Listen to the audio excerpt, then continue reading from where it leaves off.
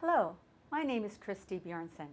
I am a pediatric physical therapist and research scientist at Seattle Children's Research Institute and the University of Washington here in Seattle, Washington. As a professor of developmental medicine and pediatrics, I and my colleague Katherine Davis today would like to thank Developmental Medicine and Child Neurology for the opportunity to share with you about our recently published manuscript. This paper is entitled Individualized Orthotic Alignment and Footwear for Balance and Mobility in Children with Cerebral Palsy, a randomized clinical trial. Hi, my name is Katherine Davis, and I am a board-certified orthotist practicing clinically at Center for Prosthetics Orthotics in Seattle, Washington. I received my education in orthotics at the University of Washington prior to completing my residency in 2022. I collaborate and practice with Kristie in implementing individualized orthotic intervention, including alignment and footwear management, for pediatric and adult patients with a spectrum of diagnoses and functional challenges. Today, I will share my perspective as a clinician in this partnership and how this specialized orthotic intervention benefits my patients here in the Pacific Northwest of the United States. Children with cerebral palsy demonstrate altered alignment of their legs and their feet when they walk. Thus, it's challenging for them to walk on uneven surfaces as well as keep up with their families and their peers in daily life. Ankle-foot orthoses, or AFOs, are considered standard of treatment to facilitate walking and balance in children with cerebral palsy. However, systematic reviews suggest that in children with cerebral palsy who are able to walk, the efficacy of rigid or solid AFOs with non-individualized ankle alignment of 90 degrees and non-individualized footwear designs remains equivocal or of modest effect to optimize walking with inconsistent effect on balance. Elaine Owen in 2010 published a clinical algorithm to guide orthotic prescription that suggests a patient-specific individualized method for adjusting alignment of fixed ankle AFOs and integrating footwear modifications. This is called ankle-foot orthoses footwear combinations with individualized alignment and footwear designs, or AFO-FC, IAFD. This clinical algorithm proposes that the individualized attention to the lower leg, also known as the shank, and thigh alignment in orthotic prescription has potential to support the child, family, and therapy goals of improved balance and walking.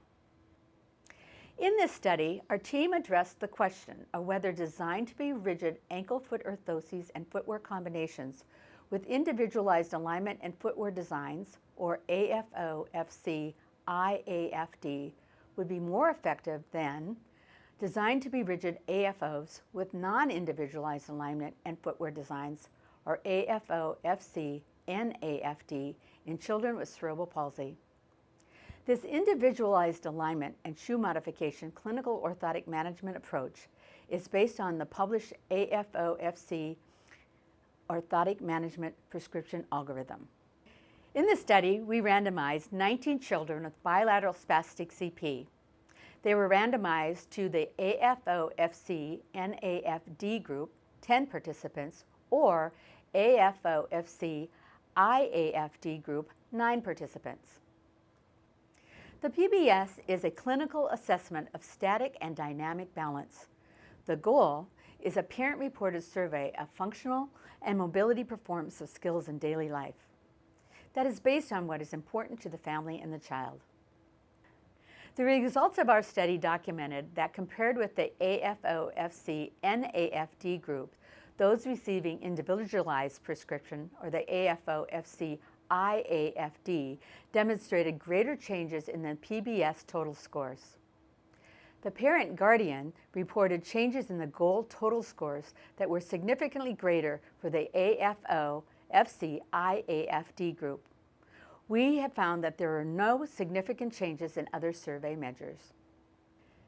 This is one of the first orthotic studies to examine the effectiveness of orthotics after wear in daily life.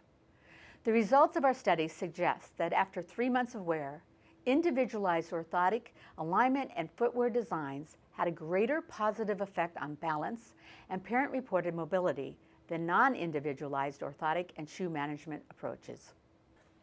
In this study, participants within the fixed or rigid ankle-foot orthoses and footwear combinations with individualized alignment and footwear designs, or AFO-FC IAFD, group demonstrated improved static and dynamic balance, parent-reported functional mobility, and overall gait biomechanics over a 3-month span.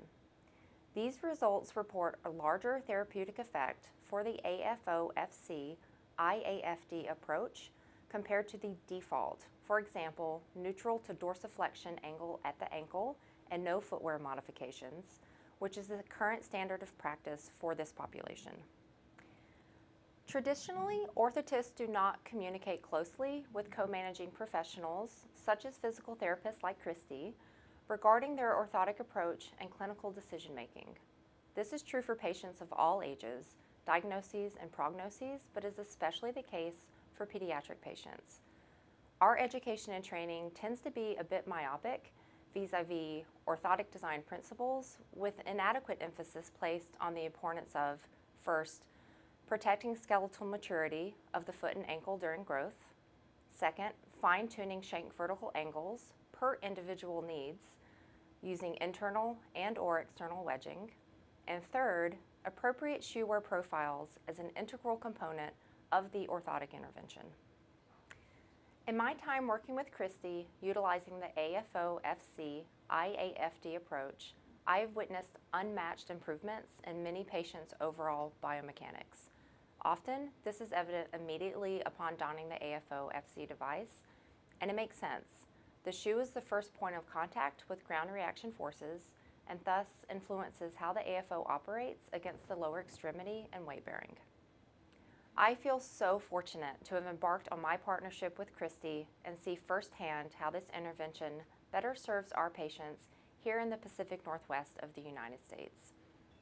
The AFO-FC IAFD approach shows tremendous promise to clinically inform orthotic management practices for ambulatory children with presentations such as spastic cerebral palsy. I hope to see it adopted and implemented by more orthotists across the country and world in the coming years. Thanks, Katherine, for sharing your perspective on our study, as well as your experience in implementing clinically this individualized orthotic management approach. We hope the information we shared with you for today is helpful. Thank you.